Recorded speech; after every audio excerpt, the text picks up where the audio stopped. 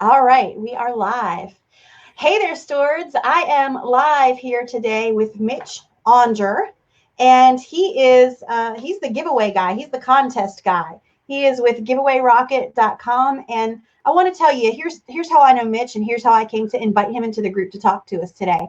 So he's a fellow triber. You guys know that I am high on tribe and the experience that I had there and with that community. And he's also in Makers with me, which is the membership for MULA graduates that Rachel Miller has. We're huge Rachel fans in here, Mitch. We love Rachel. But anyway, there were a lot of people who went through Tribe. I don't know all of them. The people who caught my attention were not just the people who knew what they were talking about clearly and who gave generously within the group. That there were a lot of people like that, but also the ones who just were really supportive and intentionally sought out the opportunities to be supportive within the community. And Mitch just really fits that bill. And so we, of course, became friends through that experience on Facebook. And I just started paying attention to what he was saying. Now, I want to bring up the elephant in the room first, because before I started really listening to what Mitch said, I always bought into the premise that any type of contest or giveaway to grow your list was really not worth your time, because it was going to bring you nothing but low quality leads of people who wanted everything for free and weren't willing to pay and weren't your ideal people, right? And that made sense to me. But when I started hearing what Mitch had to say, he was sharing some really consistent numbers that were really impressive, and they were very surprising to me. But these results are just, you can't argue with these results that he's gotten. So could you talk to us about those results that you get, Mitch? Hi, Heather. Thanks for finally letting me talk. You'll find out, and I know Heather knows, but I like to have fun when we do broadcasts. I really enjoy interacting with people and possibly getting them a little off kilter, so beware. And thank you so much for having me on. It was a pleasure when I got involved in Tribe. I never heard of Stu earlier this year. Rachel introduced me to Stu, blah, blah, blah. And as you know, I kind of made myself a sore thumb at Tribe with the pink sticky note story. And we won't get into that here, but I took it as an intentional effort to make myself known in that audience. Pete Vargas, I don't know if you paid any attention. He's done his launch right now about getting on stages. And so what I wanted to do in order to spread the message that, my goal is to defeat that myth that you just talked about. The one that contest leads are no good. They'll never buy. Don't do contests. They stink. It's an absolute total myth. And it's created by people that have done contests and failed. The easy story I like to say is you've probably done Facebook ads in your business. You said there's bootstrappers here. We're probably all going through the process of somebody says, hey, you ought to be running Facebook ads. So you go do Facebook ads. And Heather, have you done Facebook ads? I have not. I have only done the boosting that they teach in MULA. Great. But in reality, those probably didn't work so well, although boosting content is really good. But when you start creating your ads, don't work so well. And you're like, why am I spending my money doing this? Because they're not bringing in leads. They're not bringing in context, because you don't know the ins and outs of doing the process, right? So you run one, you spend $100, whatever, doesn't work.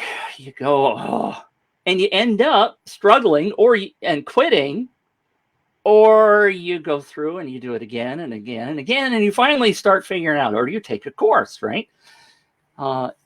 Contests are much like that. People that have run contests and say they don't work have done them the wrong way. And what's the wrong way? I know that's your next question. It's going to be out of your mouth.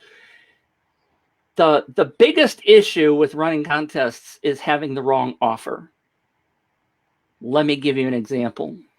When I started doing consulting for people about contests, young lady came to me and she said, I'm in the horse niche. I have a website that is dealing with horses.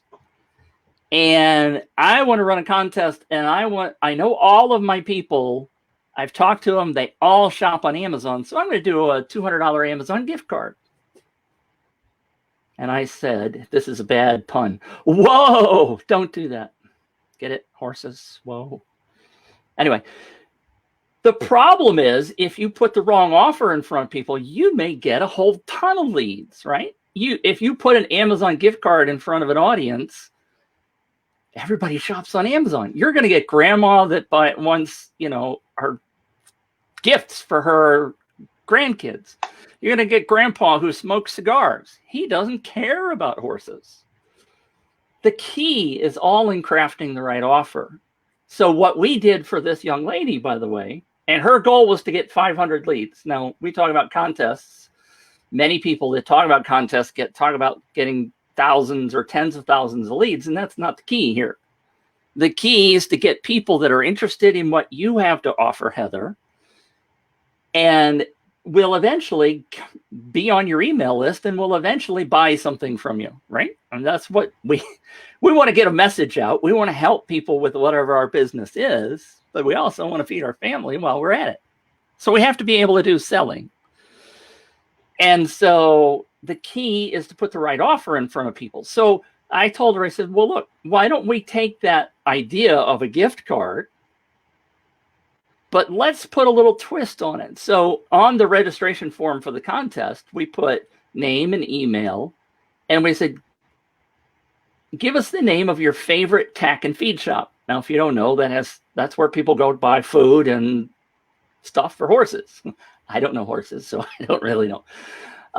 And what we're going to say is that the prize is going to be a $200 gift card to your favorite local tack and feed shop. Would you enter a contest if you saw that, Heather? I would not, but I have horsey friends who would. And so you might go tell them. Perfect. You might go, hey, Betty, this sounds like something you might want to enter. But you wouldn't enter it yourself. So you wouldn't end up on that email list because you not interested in the prize. So it's about crafting the right offer. Now, in her particular case, she was running a website for horse owners, excuse me, and by having that list of people putting in the name of their local tack and feed shop, she now has people to go try to get advertisers for her website. So it was a win-win for her in the way she crafted the campaign. So that's what, if somebody came to me, that's what we spend time doing, is trying to figure out what the right offer is. If I can give you another example, it doesn't have to be expensive, right? $200 in running a campaign is not really expensive. A friend of mine is in the survival niche, people that are afraid that the world's going to end, and so they're digging holes and figuring out how to live. The preppers. The preppers. And so they ran multiple campaigns with like a stove and inflatable air mattresses and stuff like that. And they finally tried a $49 halogen flashlight with big, massive battery capacity. And they got thousands of leads. And they continue to run these contests, just giving away $49 flashlight. And the preppers eat it up.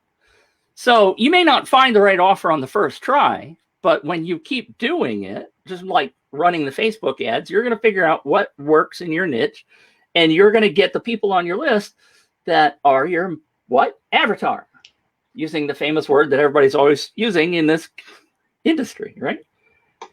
So absolutely. How's that for a long-winded answer to your simple question? That's great, because it really illustrates the whole point of, because you're right, that was going to be my next question. Well, how are they doing it wrong, and how do we do it right? But guys, I really want you to know some numbers here, because Mitch and I were both in a maker's class earlier today, and this isn't the first time I've heard interesting numbers from him, but they still kind of blew me away, because he's run over 100 contests and he's averaged 3,700 leads per contest. I can't fathom growing my list by 3,700 with one contest, one giveaway. I think that's phenomenal. And the reason that those numbers came up today is because the class that we were in was with Anna Willis. And if you are not in the homeschool sector, if you're not a homeschool mom or dad, you probably don't know that name, and that's okay. But she's a fellow triber and a fellow maker. And her business just exploded this year. I mean, she already was growing at a good pace, but she absolutely exploded this year with an online conference that she did, an online summit, but she credits a very large amount of her list growth in the last 4 years since the inception of her business to contests and giveaways. And so, okay, here's somebody that I know a lot of the ins and outs of her business because of our relationship within these groups that she shared it, and she is giving this external credibility to everything that Mitch has been saying, that I've been hearing Mitch say, right? So Yay! that's a good thing. And then the other thing is the live that really caught my attention from Mitch originally. He was talking about, what percentage do you think the leads that come in a contest, what percentage do you think are just really low quality leads, right? And I said 80%. Like, I thought 80% of leads were going to be low quality, and then you might get 20%. But it's actually the opposite. The numbers that he has shared over consistent campaigns, it's 80% of those leads coming in are quality. So if you run a contest and let's say all you get is 500 leads, right? And let's say 80% of them are good, and that's it. 400 quality leads, 400 perfect people on your email list, would you take that? I would take that all day long. I would take that all day long. Absolutely. So you gave us some great examples, which actually was part of my next question. But could you give us maybe some principles that go a little bit beyond what you just shared on how to decide what to give away and the things that work best? Because, for instance, I'm a biblical business coach, right? But nobody knows who I am if they're not in a group with me. Like, I'm just not high profile yet. And so I think that you've used an example like this before. I can't give away my coaching. Nobody's going to sign up for that because I'm not a known entity to them yet, right? Because it's kind of like that concept of cold traffic versus warm traffic, right? Because contests are almost entirely driven to cold traffic. Would that be an accurate statement or not? It's about 50-50, but I could riff on that for about 2 hours. But yeah, the vast majority of people that you're hoping to get are cold traffic, because what we do when we run a contest in the modern world with the software that we have, we're not only going after the people, like maybe run a Facebook ad, and theoretically those people are warm because you've targeted them, right? Maybe they're on your list already or in your Facebook group, and you're saying, hey, come join this contest, right? The key to what we do is that if you sign up to my campaign, Heather, what I then do is I relentlessly encourage you to go share that with your friends, right? Okay. That's the key. Now, those friends are cold traffic, theoretically. They may never have heard of me. They don't know what the offer is. They don't, just like people that are in the group right now, they've never heard of me. They don't know me from Adam. And you've, bless your heart, thank you for saying kind words about me. But they wouldn't if I give away a 2-hour coaching session. They don't go, I don't care. But if I were to say, maybe let's say I'm a productivity coach, and let's say I preach about Pomodoro timers. If I don't remember if I'm saying that right, but the little timer is 15-minute timer. Do you know what I'm talking about?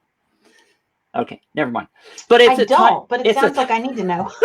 It's just basically an egg timer, right? Set for 15 minutes that says, focus on what you're focusing on until you get to 15 minutes. And then you could take a breather or whatever. But the key is that's a tool that a productivity coach would be able to give away that's focused. I mean, you might get some cooks that go, well, that's a cool looking little timer, right? I've seen them look like apples. I mean, there's all kind of crazy Pomodoro timers. But you're using a tool, in this case, it's a physical thing, maybe that you're giving away to attract people to your coaching niche, but it's attracting the right kind of people. They're going to eventually be people that would potentially buy your productivity coaching. And so what we want, I've kind of forgotten what you asked me. I get on these tangents. It's okay. I might not have actually clarified the full question, but I guess I was looking more for like a more of a breakdown of the principles of how to decide, what to give away if it's not as obvious as those examples that you've used. And we have a lot of authors in our, maybe not a lot. We have a handful of authors in our group as well. And like when I try to think about that, even with your examples, like I'm stumped if they're not a known author yet. Like if it's the warm audience, maybe giving away one of their books for free would work. But if it's not, and they want their audience to share, like you said, you want the warm audience to share with the cold audience. In their case, like what would be a good giveaway? What would work for somebody like that? Well, it depends upon what their niche is, right? It's not about the book.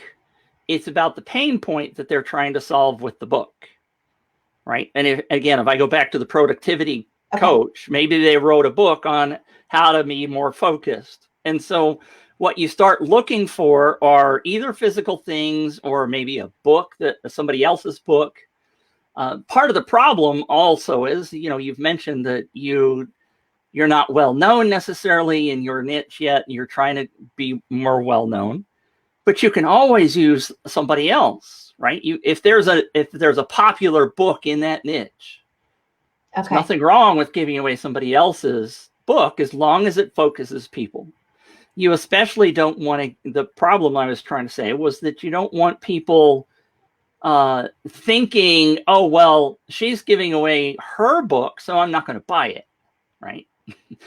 There's this mental thing that people go through. And they say, well, I'm going to win it, and therefore I don't want to buy it. So I've seen people kill their sales big time by trying to give away what they're offering in the first place. Now, that's a great point. Coaching time wouldn't be a big deal, but if you were selling a book or you're selling a Pomodoro timer or whatever it is that you're physically selling, you don't want to give that away. And the other thing from watching the Anna story earlier today, the other thing that you can certainly do is to work with a partner. So let's say, you're this productivity coach, and maybe somebody else that's another kind of coach, but similar, right? Time management. What's the word I'm looking for? The mindset coach. Maybe the two of you could go together and create a campaign where you're leveraging her list. She's leveraging your list if you have one. And by combining, like Anna was talking about, you get 2 or 3 people together to combine. You put a disclaimer on the page that says, by entering this giveaway, you're signing up for everybody's email list, and you specify what they are. And if they don't want to do that, then they don't sign up for the contest. But then, so they can always unsubscribe, right? And part of the key in emails is that if somebody doesn't want to be on your list, let them go. Give them some love and say goodbye. I don't need you. I mean, you go back to that 20%. And I've gathered that by talking to multiple people, and they all seem to come up with about the same answer. If I had, for example, a young lady that did a giveaway of thread. She's in sewing and quilts. I can never come up with that word, quilt. And she gave away some thread. She gave away thread if one person signed up. So let's suppose you're into sewing. You sign up for the contest to win the big prize. But she says, by the way, if you bring somebody else in, and the tools, all of the giveaway tools these days track this stuff. So if you get your friend Susan to show up in Jennifer's campaign, what she did was said, I'll give you an extra spool of thread. And she gave away 250 of those. Guess what? Only 40% of the people collected that. So there is attrition, right? There's people that are going to leave your list. They're not going to be interested. They just thought they wanted the thing that you were offering. And maybe that's 20%. Depends upon, again, what your offer is. But I've also known, like I said, if you did the Amazon offer, you're going to get 80% that are junk leads. And you're not going to be, and you'll just be pitching them out. You don't like that. So stay focused with what your offer is. Make sure that if you get people on there that you encourage them to leave. And focus your attention on those people. Nurture them when you get them on your list. Something that most people don't think about. And I love throwing out stats. The marketing industry says that your email list, if you properly nurture and sell to your email list and build a relationship with them, should be worth $1 per email per month. So if you have 1,000 people on your list, that should be worth $1,000 per month. Now that's $12,000 per year. So if you can run a contest this month and add 500, it doesn't have to be big numbers, right? And like you said, maybe 20% of them drop off. That's okay. Oh, I knew I was talking about drop off. The thread campaign, Jennifer brought in 3,800 leads in 3 weeks, similar to my number. And she had 30% drop off unsubscribe. So those were people that were not interested in what she had to offer. They wanted to win the prize, but they didn't want to stick around. That's okay, right? It's not massive big numbers like we were talking about before. It's not a big deal. So you get rid of those people. Now, if you had a sign up on your blog, if you have a blog, or you're a site that says stay on our list, get on our list and we'll send you stuff, you're going to have unsubscribes from that too. I mean, it's just a normal part of the process. People will sign up and then realize that they're not part of your tribe, right? So off with their heads, get them out, send them away. That's okay. The key is to do what, Heather? Keep building your list. Yeah. All right. And so if I can throw out another statistic that goes with that $1 per person per month, this one typically blows people away. Now, most people don't think about their email list as a revenue generator. They just think of it as keeping people up to date. So that's the first thing. The other statistic that I've recently seen that just kills me, and I've seen it mentioned multiple times, everybody talks about Facebook being a great source of revenue, right? Grow your page, grow your list, grow your group, whatever. Recent studies have shown that your email brings in 44 times the revenue of Facebook or Facebook bots or even Facebook ads. The email list is still your primary source of revenue, and you ought to be building that. And contests, as I'm prejudiced about, are an awesome way of doing that because you're building engagement, you're getting people excited. They join your list with a little bit of endorphins that are going, holy crap, I want to win that thing, or those things, or I want to know more about Heather's business, or Heather who's brought a partner in, or whatever. Some of them are going to leave. That's okay. But you're going to keep building your list every month. Well, and I hope you guys are really hearing what he's saying, because the key to this is this. Now, you guys don't know this yet. I'll go live and talk about it probably tomorrow. But one of our group members got her Facebook account shut down, and she has no real idea why. It appears that somebody tried to hack her and that she's going through the verification process. But she is now in day 7 of her captivity. She was leading up to a relaunch of her membership. So it's really bad. We Facebook and the social media platforms, they're a necessary endeavor for us, right? As we try to build, but you can't put all your eggs in that basket. If you're not building your list, you don't have control of your greatest asset, which is your customer. And if you are utilizing that list in the right way, if you are nurturing that asset, if you are engaging your list and you're giving them the right content and you are authentic in your relationships and all the things, that you learned from me or from Rachel Miller or from all the other people who do this well, then you know that a warm audience gives you a 6 to 10% conversion rate. So 6 to 10% conversion of whoever's on your list that you can still control whether or not you communicate with them or not. Because if Facebook goes down for 2 weeks or 3 weeks, because we're hearing in some cases it's taking 3 and 4 weeks to get through this verification process to prove that you're who you say you are, to get back into your page.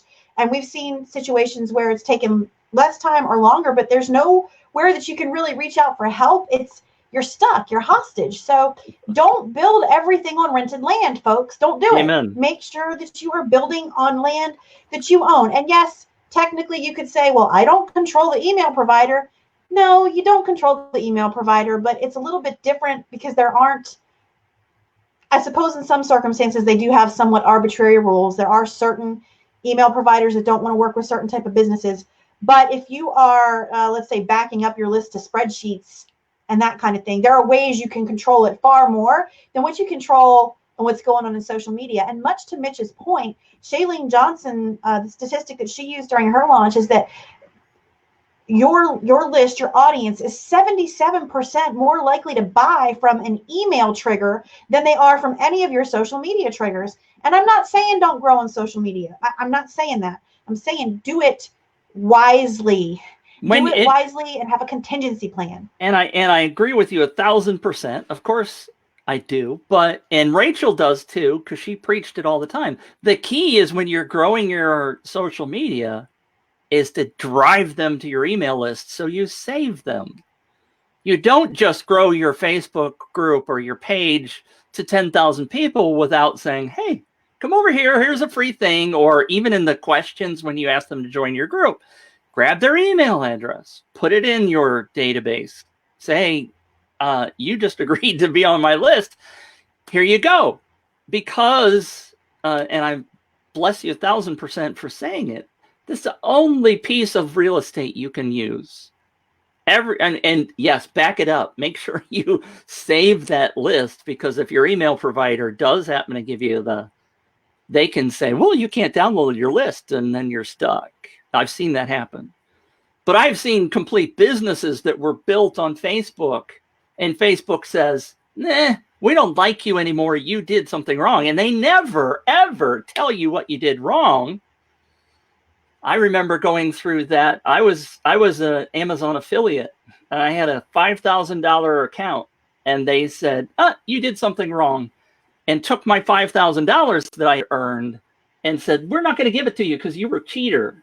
Like, okay, tell me what I did. No, we're not going to do that. We're just taking your money. And I was so angry for weeks. But you cannot rely on those services. I love the analogy that it's rented. It's not yours. Make sure you get people where you can have them be yours. And the only place in today's world is the email list. Only place. Absolutely. So can you tell us your best story about a client success? I just have too many. I can't just pick one. There is one that I can give you the link. It's a case study. I use a tool called UpViral. Okay. It's my favorite tool. And is that Brian Harris's tool? No? Okay. No, there are all kinds of tools. Anna talked about Gleam today. There's Viper. There's all kinds of tools that do this. UpViral happens to have the most features, but you have to know what you're doing in order to use all those. So pick any of them is the key. But they have a case study. I met this gentleman and I assisted on his campaign in February. He sells a thing that he calls a bunkie. It's basically a tree house that sits on the ground. So it doesn't have any plumbing. It's like a grown-up tree house, right? It's like 10 by 10. It has a porch and it has some windows. There's no plumbing. There's no heat. It's just for fun, kind of fun to be on a piece of property. So it's like Cheryl She Shed, right? Yeah. Okay. So he sells them for $7,000. And in February, he said, I'm going to give one away.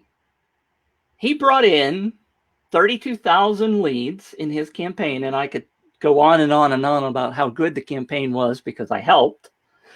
But he also had a sale at the end, which I thought was brilliant. He sold 300,000 units worth, not 300, that was dollars, not 300,000 physical units. He sold 75, but his income was 300,000. Now that's a big success story, right? The other one, I mentioned earlier is a simple one, the horse example. She had made an agreement with her advertisers for a website not to sell until her list was 500 people. Her very first campaign, she brought in 623. 3 weeks from going from 0 to to being able to charge her advertisers by running a contest. And she's continued to do them one a month. If you go to her website, it's called horseworldconnect.com. You'll see contests right up at the top of the page. She runs a contest every month because she knows it's building her email list. She charges her vendors to offer products. So I mean, I taught her this, but don't just offer somebody else's products for free. Charge them for it, unless you're trying to build your own niche. Blah blah blah. There's a whole bunch of things there, but so we can go from the little examples. The biggest one I've ever done was 52,000 leads for a camera.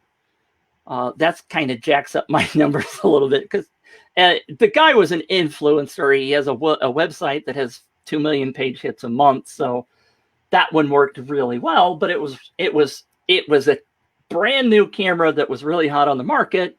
And we promoted it once. I take that back twice. We did an email to his list. We posted it on his website the first day, and then we sent an email to his list the last day, and that's all we did. We got 52,000 leads. Wow. All of them aren't that easy. Right. A lot of them take work, but. And what kind of influencer was he? Like, what is his business? What does he do? It's canonrumors.com. I don't have a problem telling you. So he has a website that's very popular. Okay. And he was trying to grow his social media and build his list because he was sucked at it like most of us do. I mean, I ran a photography video website for 10 years. Okay. I didn't start even realizing I had to have a list until like year 5. I saw another website that was building their email list by giving away the free ebook thing. They started after me in terms of their website, but they started offering that thing. And within 2 years, they had 100,000 people on their list. I ended up after 10 years total with about 40,000 at the time. They crushed it because they were offering the right thing in front of the right audience. Yeah, that's what I was kind of trying to get to the point too. Like even though they already had a big audience and a big presence, it's still hinged on the offer as far as the success of the campaign. Absolutely. Yeah. I mean, I'm sorry, let me just say this. Even if you think about the Bunky guy, he's run 2 contests in his business. The first one he did last year brought in 12,000 leads. Didn't have a business, but he said, I'm going to give away the $6,000 thing because I think it's going to be really cool. I don't know whether I can sell him long term, but he built his business on one contest. Then the second year, this year he did it, and he brought in 32,000 leads. Do you think he's going to do it again? Yeah. Heck yeah.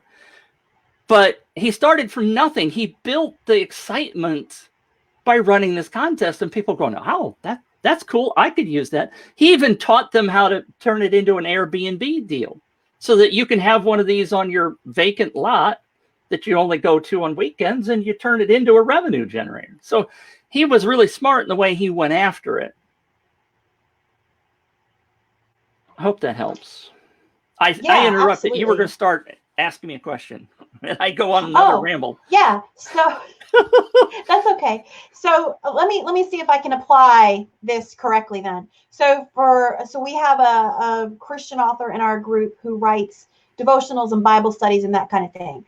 So rather than give away her books, because as you talked about, that would be self-defeating. We don't want to give away what you want people to buy, but you want it to be something that her perfect person is going to use. So she might run a contest that maybe gave away a prayer journal and a worship CD or something like that would fit, right? Absolutely. And so we also have a Christian romance author as well. And so she would maybe want to take somebody who's really super well known and the genre is very close to hers, maybe somebody that she really likes. So there's that very similar sense of the type of story within the genre. And then she would want to give away that book.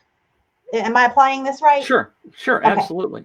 Okay, great. And so you had asked me earlier, and I don't think I ever really answered because I go on these rants about the process of picking the right thing. All right. There's multiple things that I recommend you do. The first thing is to spend time understanding your avatar. And I know people, we've all talked about it before, and the more time you spend on that, the more you truly understand what they want, you can deliver the right thing. The second thing is to make a list of all your assets. Ebooks, tapes, trainings, books that you've written, things that you could offer. And we went through an exercise in Tribe. I don't know if you went to that particular session. I think it was the second night.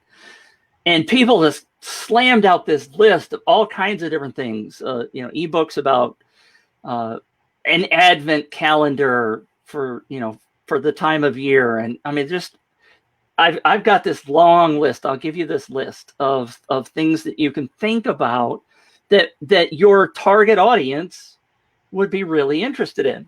And the third thing is, heck, a couple of people that are in your target market. Ask them, hey, I'm thinking about doing a giveaway. I'm not going to give away my service or my book or whatever, because I don't want to, ruin my sales. But what would really float your boat? What would get you really excited to not only enter, but then go tell your friends about it? Because that's kind of the key. It's got to be such an exciting offer. Let's if I can back up just a hair. Most of us are familiar with a restaurant having a fishbowl at the cash register when you're leaving, right? The bar, restaurant, whatever. You put your business card in there and it says, hey, put your business card in. We're going to pick a free lunch every week. Heather, do you go tell your friends about that business card fishbowl? No. Because there's nothing, you might tell them about the restaurant. You might say, I had a really great meal, but you're not going to tell them about that contest. Why? 2 reasons. It's kind of boring, but the bigger reason is you want the fewest number of business cards to be in that fishbowl so that you're the winner, right? And this is... So you have to incentivize people and give them like more entries to share. Correct. So the big hurdle, the curse, as I like to call it, of a contest is in finding ways of encouraging the person who enters, to bring in their friend, because that word of mouth brings what? It brings some authority with it. If I recommend that Christian book, that brings a lot of weight. It's a whole lot better than somebody just seeing it out on Amazon going, oh, that sounds interesting, right? So there's this authority thing that comes from us recommending, and it's called something really, really old. I don't know if you've ever heard of it. It's called word of mouth, right? That's the kind of marketing that we're really asking people to do. But it takes kind of you got to get them over the hurdle. So I could spend 2 hours talking about this, but building this list of things that I was talking about, let's suppose you are giving away an hour of your time, whatever, that's a bad example. But then you say, well, look, if you bring on one person, like Jennifer did with the thread, if you bring a person into this contest, I'll give you this $49 30-minute training. If you bring 5 people, then I got this 2-hour training that you can have for free. So you find things that don't really cost you anything. Jennifer's example where she gave away the thread was a cost item. She had to ship it to somebody. She had to pay for it. If you've already got some of these things and if you don't have the inventory, you darn well better, because those are things that you can easily give away. Don't cost you anything, or maybe just a little bit. You give those out like jelly beans to encourage people to bring their friends on. And those are the people that are the absolute gold for your campaign, because they cost you virtually nothing to bring them on board. But they came in through social proof, so they're more likely to stick because of that. Exactly. Now I love stats. Let me throw another statistic at you. There's a tool called King Sumo, which is a giveaway tool, like Gleam and the other tools. It's created by a company called AppSumo. So AppSumo said, hey, let's look at the results of giveaways that they did for their own business with their King Sumo tool. They got all the data sitting in their database, right? So they can go investigate how well this did. So they looked at all of 2017 and they said, how do the people that came in to us through the giveaway compare to customers that we got through traditional marketing? I'm pausing for effect. The people that came through giveaways spent, hold on to your seat, 55% more per person than the people that came in through traditional marketing. Wow. Now imagine bringing in 2 clients and one of them spends 55% more than the other. You like the one that spends a lot of money, right? That happens Absolutely. over and over and over. And the key to that is going back to the word of mouth. If they come in through a contest, it might be minuscule, but there's this authority that comes along with that, this loyalty, this trust factor.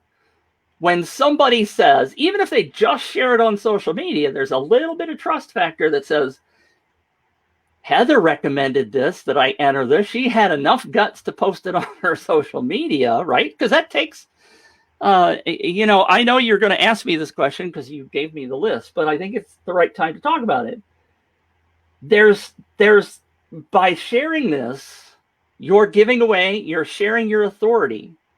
But if you're running a business, the question is, who shouldn't be doing contests?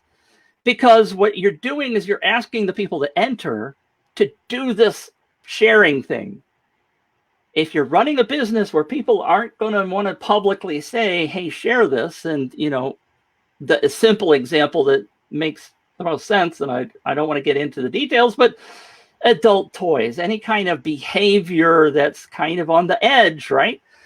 People aren't going to say, hey, come enter this contest. They're just not going to share it, right? They want stuff sent to them. Or like for our group.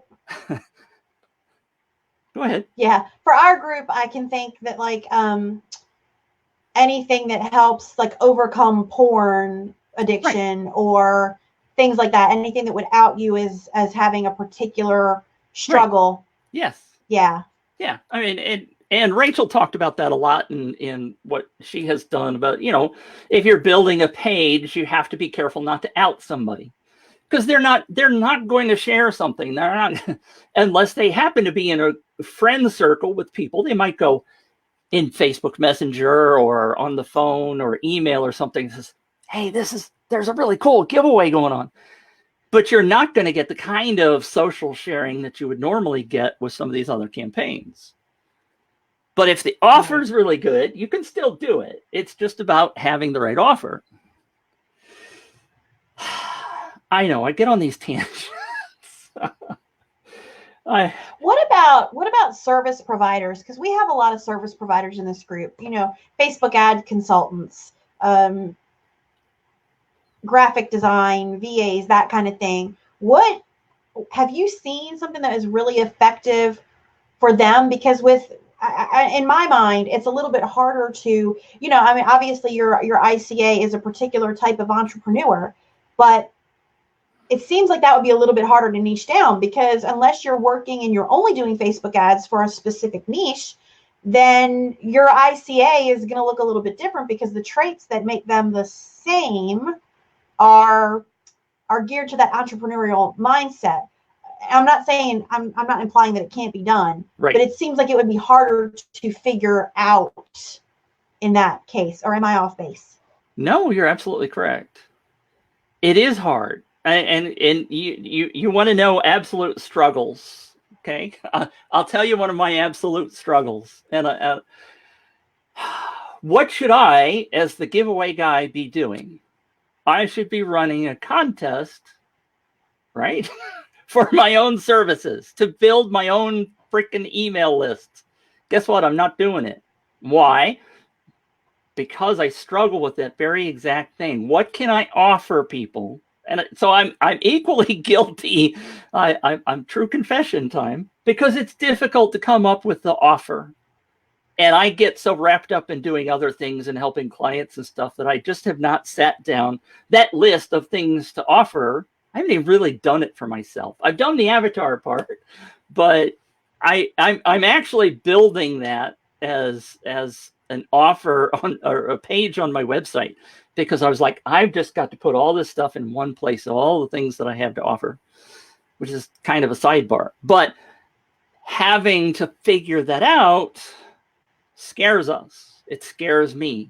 And it's just a true confession of mine. And I have said for the last 3 months, I'm going to build a contest this month to do what I preach. Now, I like you said, I've done over 100 campaigns. They're all for clients, people that have hired me to do that, or I've helped them in my training classes. People go off to do that. So I have experience, but I just haven't really done it well for myself. The shoemaker's children has no shoes, right? That's exactly right. So, and I feel kind of guilty by saying that. So I keep saying I'm going to do it. But what I did, for example, I talked about UpViral. I bought 3 months ago a license for 1 year to say, all right, I'm going to give away the tool. It's not me. It's not my tool. But I paid for a license that you can use for a year to help you build your business. So I can run a contest that says, I'm going to give this away, which should appeal to people that understand that they need to be running a contest. So again, it goes back to spending the time figuring out what things you have to offer. I've also talked about partnering with people. So maybe I find somebody that's in a similar niche and say, you send it to your list. I'll send my thing to, my offer to your, you know what I'm saying? I suddenly very confused on my own thing. Work together to build up both of our emails. And that way, I think that's a very good thing to do when you're struggling. Ask the people that are your avatar what they want. Find somebody that's in your niche. I mean, I've talked to people like real estate agents, and they're like, well, what could I give away? So we'll talk to somebody that's in the security system. Talk to I don't know if you remember, is the Welcome Wagon still around? Do you know? I don't know. I know what you're talking about, but I'm not sure.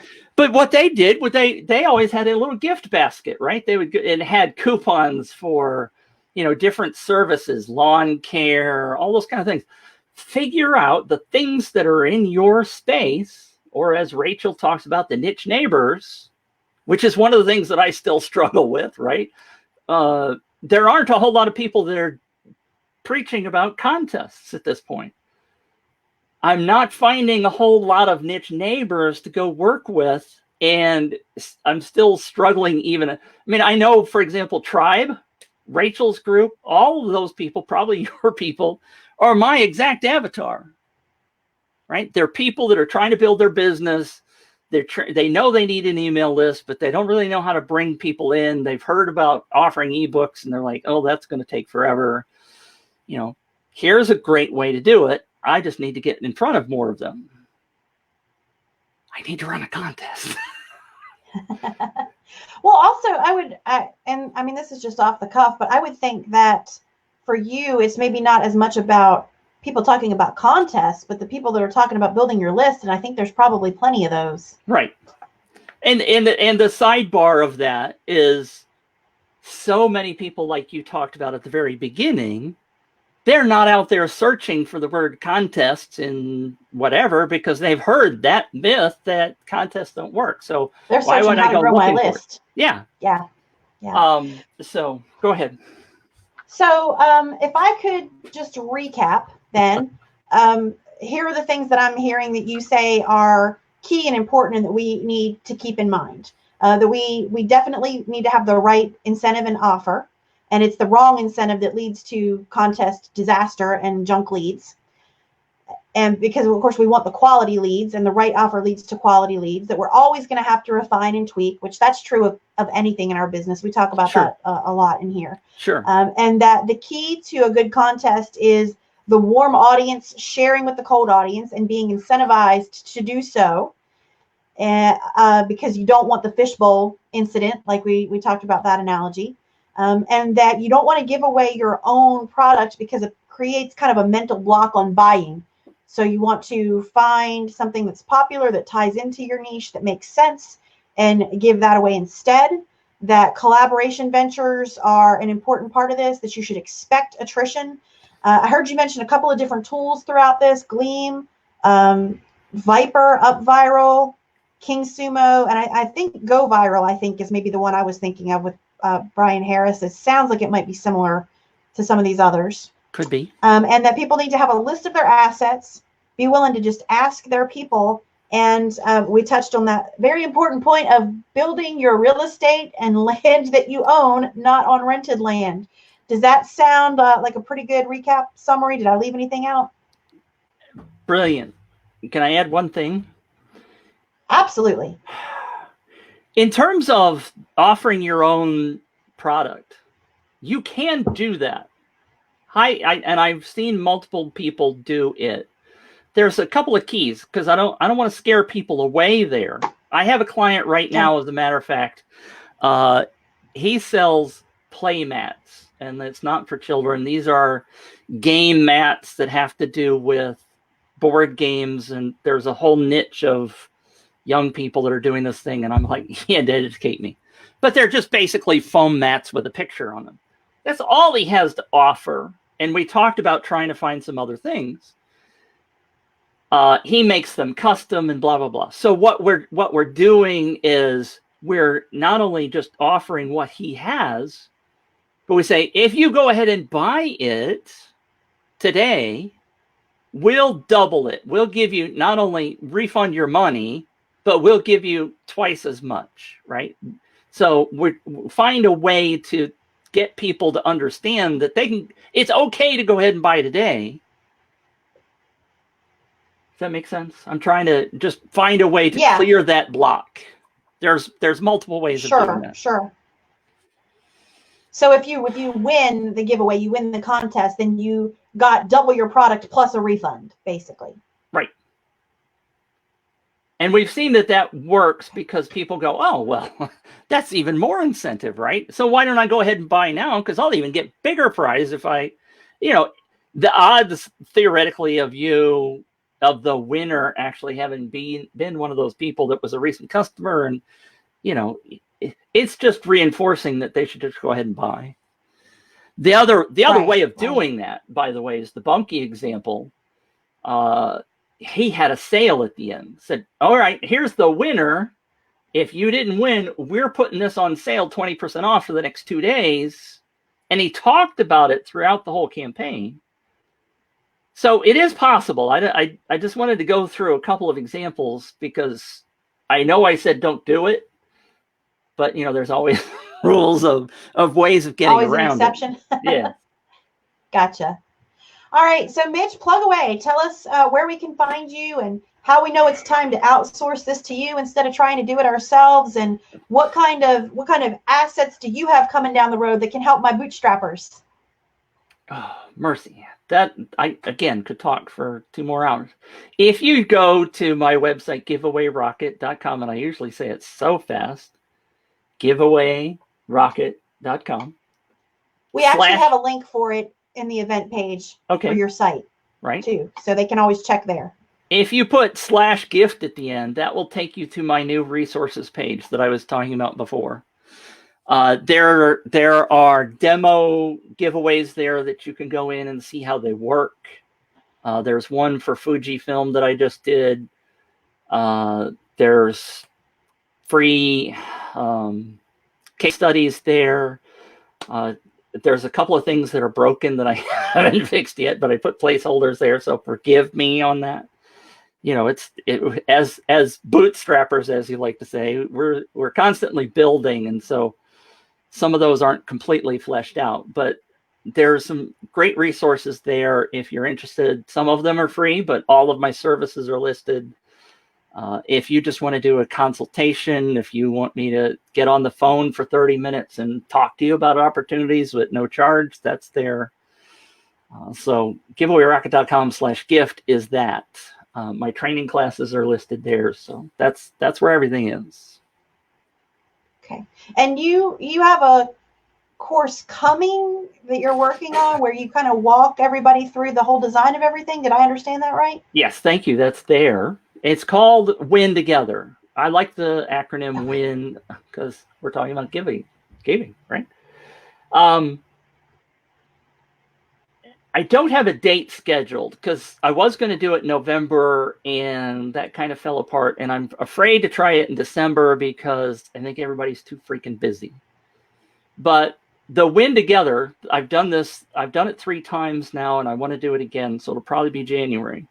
But if you're thinking about running a contest, there's 2 ways of doing it, right? There's one, do it yourself, figure out how to do it, struggle. The other is to go through a class. I have a class, but people don't go through classes. You've been through Tribe, you've been through Rachel's program. You probably did most of it, but you probably didn't get all the way through it, or if you did, bless your heart. I did with Tribe, but I have Did to you? tell you, Tribe is the only one I've ever made it the whole way through. Nice. Good for you. I'm going to ring the bell. In my particular situation, what I've decided to do is I've stretched it out. It's a 6 weeks class. And the first week is on planning, which is the hard part. The second week is we actually go through, and I use UpViral, but we'll use another tool if you want to use another tool. We're going to freaking build your contest in the second week. By the third week, it's going to be up and running. So this is a hands-on build it activity. This isn't just, oh, let's think about it. And I'm going to teach you the how part, and you're going to go, oh, I'm never going to do it. We frickin' build it. The first case study, the thread case study that's on that gift page, she's one of my students. She got 3,800 leads in her first campaign, completely paid for itself in 2 months because I told her she gave away $1,500 in prizes plus another $3,000 in bonuses. So she spent good money on this campaign, but it's paid for itself in sales in 2 months. Mm-hmm. And now she's got 3,800 people on her list, and she's going to run another contest and blah, blah, blah. But going through it live with somebody that can help you through all of these pain points and answer all of your questions, it's worth its weight in gold, if you ask me. Yeah, so, well, you've cut out a lot of the refining and tweaking and the hard lessons that we have to learn if we just try to reverse engineer it on our own. So I can certainly see the value in that. I do have one more question that I can't believe I haven't thought to ask before now. But with the contest, how are you promoting them? Are they being promoted through Facebook ads? Are they what is the associated expense with actually running the contest to push it out there, especially for somebody starting from zero? Great question. We're out of time. And it's a great question. Traffic is part of the hard part. Now, you can do Facebook ads. Nothing wrong with doing Facebook ads. I know plenty of people that do Facebook ads to the contests.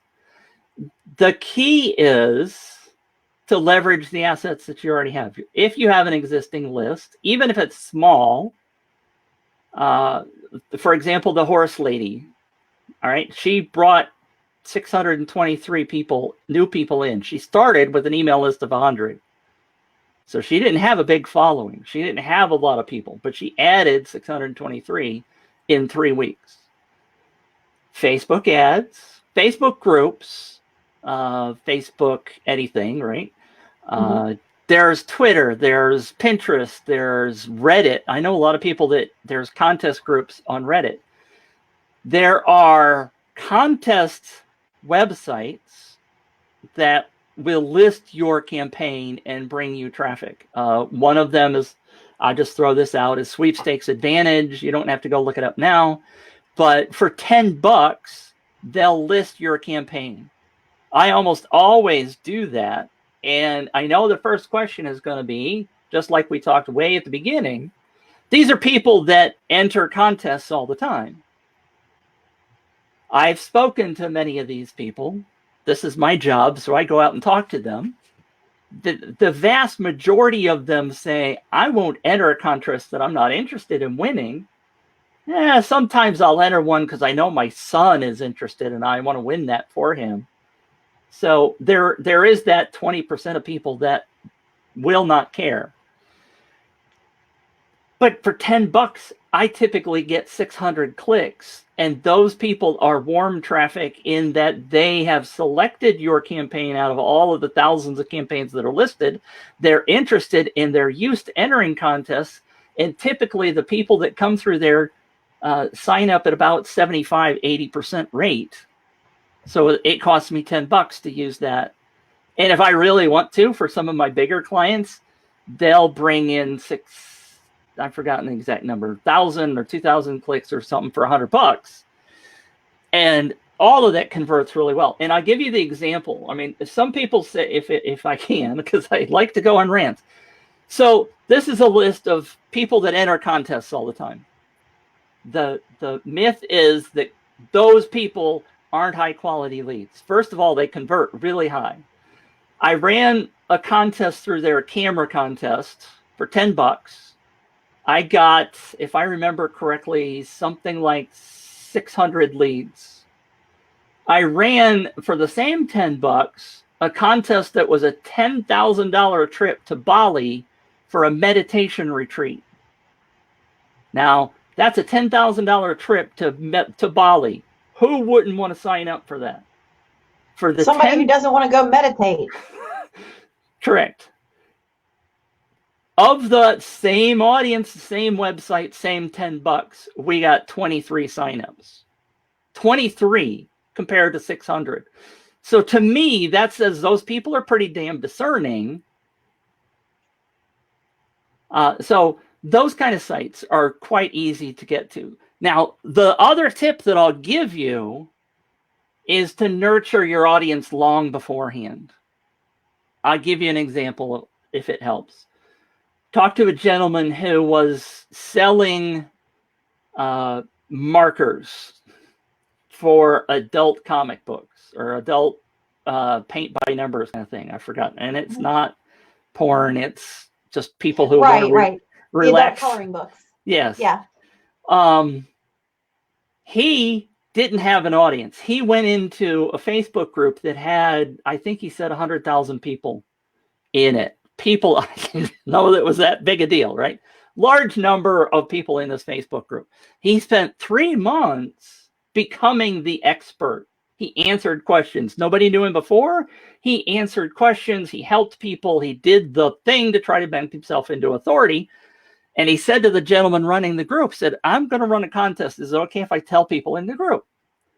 And the guy says, sure, go ahead and do that. So 2 weeks before he ran this contest, he started telling people, so I'm going to do this little contest and I'm going to give away this $300 art set. He got 200,000 leads out of that campaign. Holy cow. Now, he's eventually told me, he said, about 100,000 of them dropped off. Okay, big deal. You lost 100,000 out of 200. Okay. So $300 he spent. He didn't market anywhere else. He didn't run any Facebook ads. Now, that's an extreme case where you go, holy crap, that really worked. I like to talk about the horse example that brought in 500 leads because that brings it back down to where most of us are going to be. But what you wouldn't do for an extra $6,000 a year if you brought in just 500 leads, if you go get 500 every month, you're starting to bring in some significant bucks if you're doing the $1 per person per month. Well, and it sounds like if you have either a minimum list of 100 or if you have a 0, but you have a group of 100. I mean, we're just under 100 in this group. If you have any kind of small audience, if you're doing it right, then it's going to help you grow that. And then you can only exponentially increase from there, which, you know, is kind of what Anna was talking about in her class today. You know, she's experienced that as well. So, all right. So we are just over the hour mark. So I do want to wrap this up. Thank you so much for coming and spending your time today and teaching us about this. I think there was just tons of value that you gave us, and I really appreciate your generosity of time and knowledge and everything. And I hope that everybody will come and look you up and look into your class when it's time. And we are actually I'm going to invite Mitch into the group a little bit later this afternoon. And so if you guys have any questions at all, if you're watching on the replay, I know a lot of you watch the replays because of your schedules. You can go ahead and drop a question and tag him, and he'll, come back and answer that for you. Okay? Sure. Absolutely. All right. Thank you for having me. Mitch. I appreciate it. Thank you. Bye-bye.